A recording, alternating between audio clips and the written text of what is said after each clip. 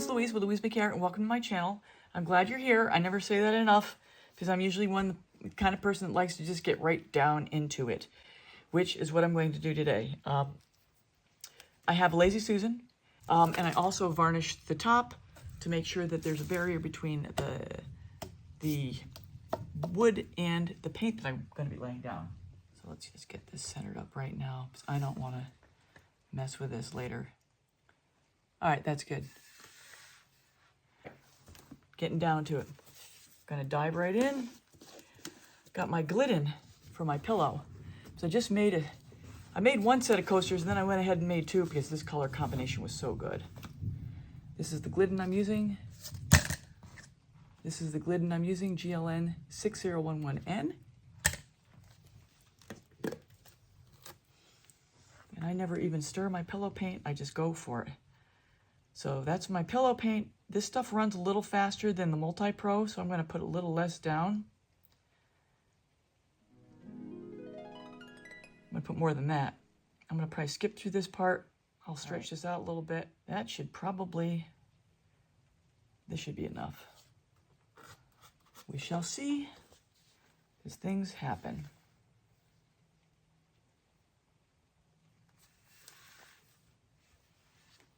This thing is sliding on my Lazy Susan top.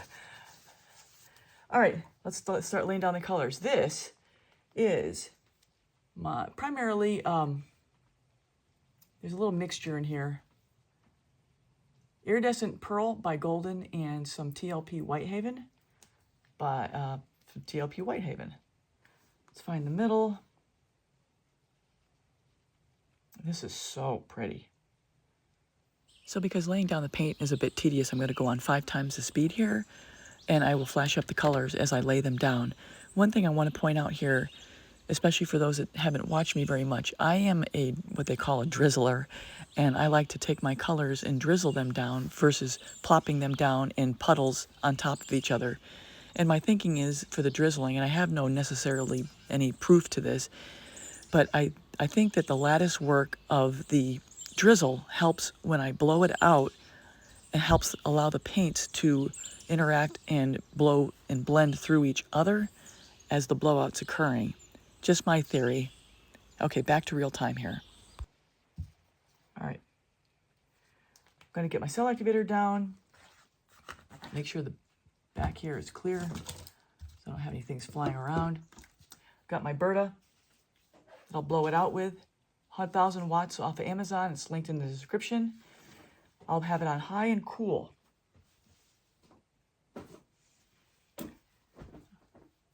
All right, cell activator. Got my white. This is American Floetrol cell activator. It's a video 141 if you want to see how I make it and what ingredients I put in it. It's very simple.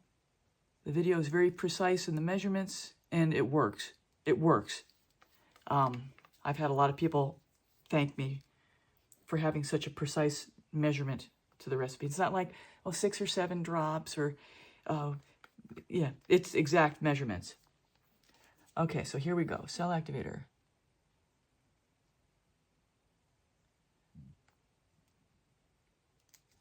I don't need a lot.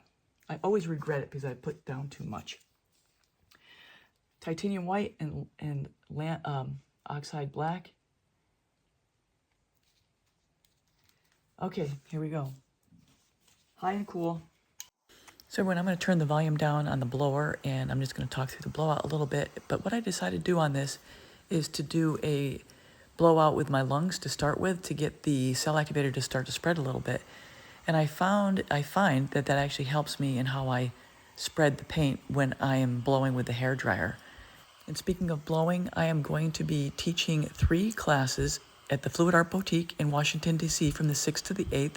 If you want to learn about how to do blooms and the art of the blow, I'll be there teaching 3 classes, and we'll make 4 coasters together, a CD for the beginnings of the face of a clock, and also a jar lid for a jar creation.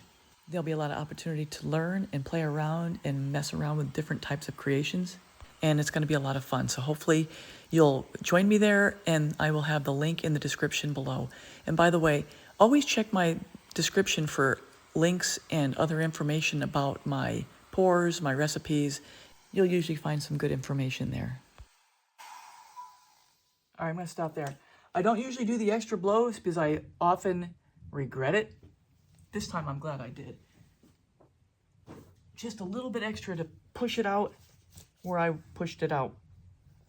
Yeah, I wanted to do 2 of these today, but I can't do 2 of these and resin 2 at the same time. I don't have the space. I've got 3 others sitting waiting.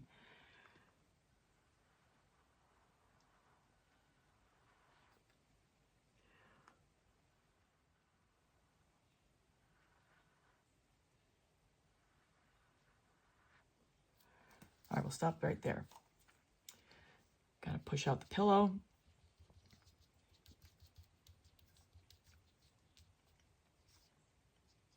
This is really thin.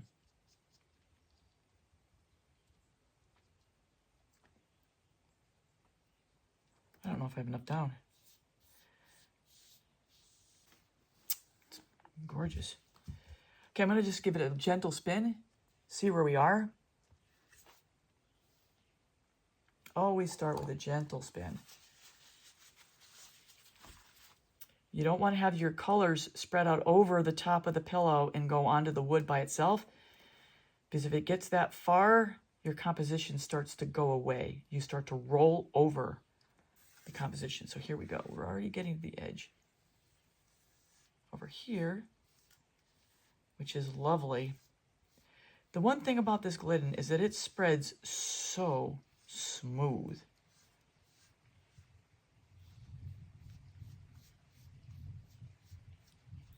And you saw how much I put down. Not much at all.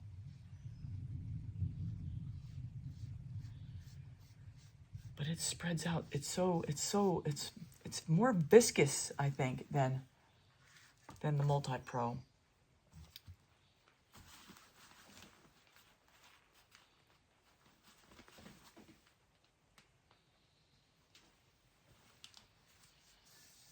Give it another break here. It's getting to the edge. Get this over to the edge. And I do this, I want everything to start spreading at the same rate. What is this? Oh, it's a lump in the wood.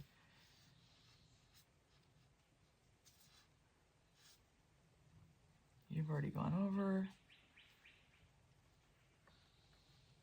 This thing keeps sliding on the top of the spinner. I don't know why. Another spin. Another gentle spin. Oh, this is gorgeous. Oh my Lord. I've made over 50 Lazy Susans and counting, and I have about 30 plus in my playlist if you want to check it out. I have all kinds of different types of creations. I even have a few open cups. If you want to see what I've been doing. But I've been doing these for a while, and I don't see many people doing these. Are my sides covered?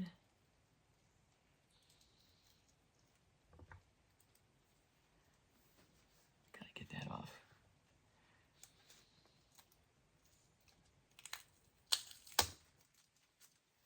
There we go. Sides look good. Gotta clean up the bottoms real quick. I'm going to skip past some of the cleanup portion.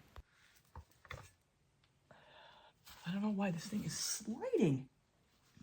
Oh, I know why. Because I normally have a piece of aluminum down on my spinner. I don't have one today. Oh, what is this? Oh, I got a big something in there.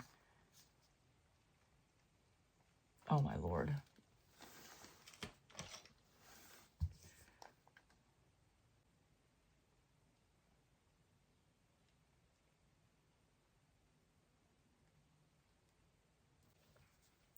What is this? Yeah, well, you got to be skillful with the way you take them out. Give it more spin, and I just got to stop it from sliding. Every pour is a different pour. Every one, there's always something different that you don't expect to have happen. Like slipping around down on the bottom of this thing.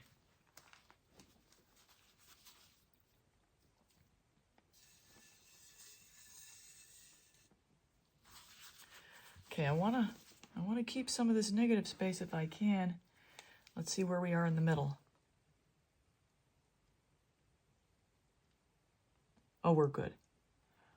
I only have that little bit of paint. That's about the least amount of paint you can see, the least amount of paint I've ever had. I'd say we're done. All I gotta do is clean up my bottom. I'll do that with my finger. I'll always pull it out and down because, oh, I take it back. I don't need to pull it out and down because this is Glidden.